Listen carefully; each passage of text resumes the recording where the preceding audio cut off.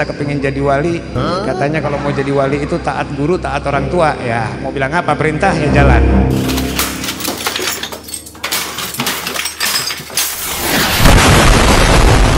Hani bin Yahya As-Segaf, agen Zionis Yahudi itu ternyata orang kepercayaan Lutfi bin Yahya dalam proyek pencarian makam untuk di Ba'alawikan. Subhanallah, 3 hari sebelum puasa dipanggil sama Abah Lutfi dan saya ditunjuk jadi sekretaris jenderal Petanesia, sebuah organisasi kebangsaan non politik yang khusus merestorasi budaya dan persatuan kesatuan. Kerjaannya menggali kuburan keramat, menggali kuburan keramat.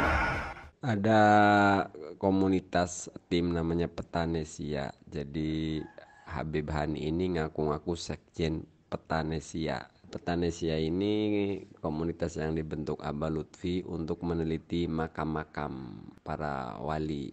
Nah, dia mengatasnamakan dia sekjen, utusan Abah Lutfi. Itu bohong. A'udzubillahi minasyaitonirrajim. Bismillahirrahmanirrahim. Teman-teman, kali ini saya ingin memberikan pembahasan mengenai salah satu Habib. Katanya dia adalah seorang Habib, yaitu yang bernama Hani Yahya As-Segaf. Ada Yahyanya, ada As-Segafnya.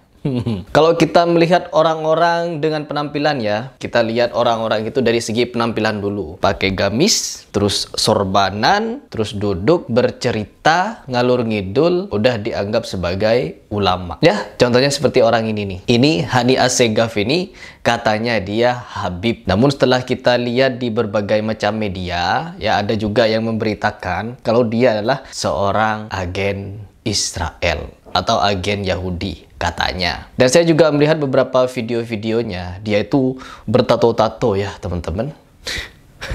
Na'udzubillah. Terus dia berceramah di hadapan halayak dengan menyatakan merampok lebih afdol daripada mengemis. Merampok lebih diridhoi oleh Rasulullah daripada mengemis. Kontradiktif ya, kontradiktif dengan Al-Quran dan As-Sunnah. Sangat membahayakan orang-orang seperti ini kalau diberi panggung. Dan di sini teman-teman, saya ingin membahas suatu cuplikan dari orang ini yang menyatakan arwah-arwah luhur itu hadir ketika di acara Maulid Nabi. Tidak perlu panjang lebar, mari kita reaction bersama-sama seperti apa statement dia. Semua dapat kecipratan berkah. Aduh.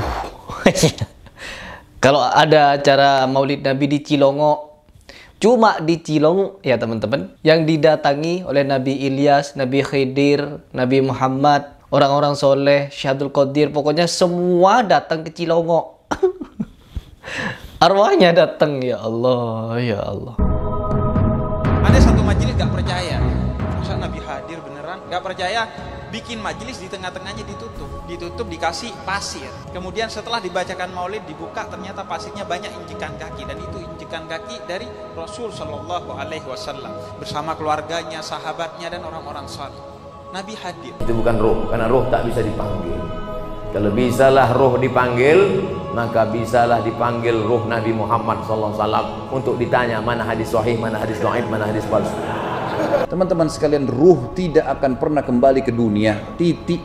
Ini semuanya tidak masuk akal. Makanya jemaah sekalian, jangan terlalu percaya hal-hal yang aneh-aneh. Kalau kita bahagia di alam kubur, berarti ruh kita akan disibukkan dengan kebahagiaan. Saya kehabisan kata-kata ya kalau perihal seperti ini ya. Sedangkan ketika manusia itu sudah meninggal, maka ruhnya tidak akan bisa bangkit dan berdiri lagi di muka bumi. Terputus hubungannya teman-teman, kecuali 3 perkara, yaitu ilmu yang bermanfaat. Itu akan terus mengalir kepada orang yang meninggal. Bukan orang yang meninggal yang mendatangkan sesuatu kepada kita, no. Tapi kita yang bisa memberikan sesuatu kepada dia, yaitu doa-doa kita sebagai murid-murid mereka, doa-doa kita sebagai anak-anak mereka. Terus yang ketiga, amal jariyah ya.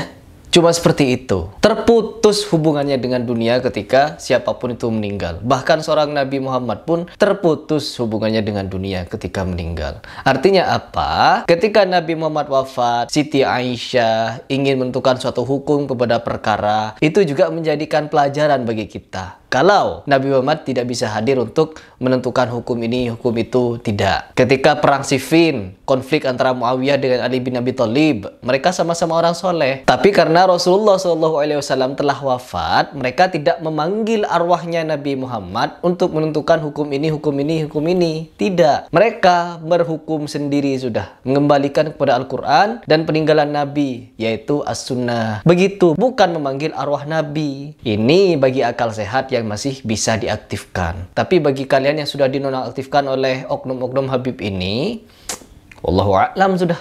Wallahu a'lam. Karena apa teman-teman? Kata Ustadz Abdul Somad, kalau bisalah arwah itu dipanggil ke dunia atau bisa hadir kepada suatu acara, maka hadirkanlah roh Nabi Muhammad untuk menentukan suatu hukum kepada hadis. Hadis yang do'if, hadis yang maudhu, hadis yang sahih. Ini harus dipilah-pilah nih. Hadis-hadis yang do'if, maudhu, yang sahih. Karena apa? Perihal hukum itu penting. Sedangkan kalau di Indonesia, bukan perihal hukum lagi. Ada cerita dongeng di mana ketika Syekhona Sultana, ketika dia saking cintanya, dia sampai memanggil arwah Nabi Muhammad ke dalam kamarnya. Seorang perempuan memanggil arwah Nabi, dan Nabi hadir ketika dia butuhkan. Untuk perkara apa? Tidak tahu. Tetapi menurut ceramah yang saya dengar, perkaranya untuk menanyakan perihal tanggal perkawinan, tanggal membangun rumah, uang hilang, harta hilang, dan lain sebagainya. Mungkin seperti itu. Jadi dukun intinya. Kalau bisalah roh dipanggil, maka bisalah dipanggil ruh Nabi Muhammad SAW untuk ditanya mana hadis sahih, mana hadis dhaif, mana hadis palsu. Nih, para ulama suruh datang semua biar tidak ada perpecahan. Yang Sunni panggil, yang Syiah panggil, yang ini panggil. Panggil semua ulama untuk datang ke sana dan berijtihad di situ. Mana nih hadis yang palsu, mana yang lemah, mana yang sahih, begitu. Lalu suruh masuk, tanya ke Nabi. Kan bisa. Itu perkara yang lebih darurat daripada perkawinan dan pembangunan rumah. Ini juga Nabi Muhammad arwahnya bisa hadir, Nabi Ilyas, Nabi Khidir bisa hadir, semua roh-roh bisa hadir ketika maulid Nabi. Jangan hadirkan ke maulid Nabi yang dimana itu masih menjadi permasalahan di tengah-tengah umat. Suruh hadir Nabi Muhammad untuk meluruskan hadis palsu. Begitu. Intinya teman-teman, jangan pernah kita mempercayai dongeng-dongeng khurafat seperti ini yang dimana ada arwah-arwah bisa hadir kepada suatu majelis untuk perkara-perkara tertentu. Karena kalau bisalah arwah itu diajak komunikasi, pastilah banyak orang-orang soleh di dunia ini yang mendatangkan arwah Nabi Muhammad untuk meluruskan perpecahan di muka bumi. Tentulah Nabi Muhammad tahu yang terjadi di muka bumi ini. Yang Sunni, yang Syiah, yang Gaza, yang Israel, yang ini, yang itu. Pokoknya semuanya ada. Pastilah Nabi Muhammad kalau bisa dipanggil arwahnya, panggil untuk meluruskan perkara umat. Pasti tidak akan ada Sunni Syiah. Islam akan bersatu padu. Begitu. Enggak kalau ini untuk pengguluan. Kalau orang itu sosok yang ditemui Rasulullah baik dalam mimpi dan yaqadhah. Apa ini? Terlebih ini Habib ini tidak dapat diikuti orang ini ya teman-teman. Sesat dan menyesatkan orang ini. Tapi pasti sesesat-sesatnya orang ketika dia bergelar Habib, ada saja orang yang membela mereka. Entah dia membela karena mengikuti si Habib tersebut, atau dia masih bagian dari mereka. Habib-habib juga dari klan Ba'alawi itu. Atau mereka yang benci kepribadian saya. Sehingga apapun yang saya ucapkan pasti salah di mata dia. Akhirnya apa? Dia nyerang personal saya. Tidak sesuai konteks lagi. Dia nyerang kepribadian saya. Apa kepribadian saya? Saya seorang pesilat. Oke teman-teman, itu dulu di video ini kita mengangkat atau membahas video gedabrus atau ceramah gedabrusnya oknum-oknum Habib ini. Ke depan kita akan semakin gencar lagi untuk meluruskan syubhat yang mereka buat, penyesatan yang mereka buat, serta khurafat-khurafat yang masih banyak belum saya angkat. Hendaklah saran dari saya, kalau kalian ingin menyimak video saya, siapkan kopi dan kacang kalian.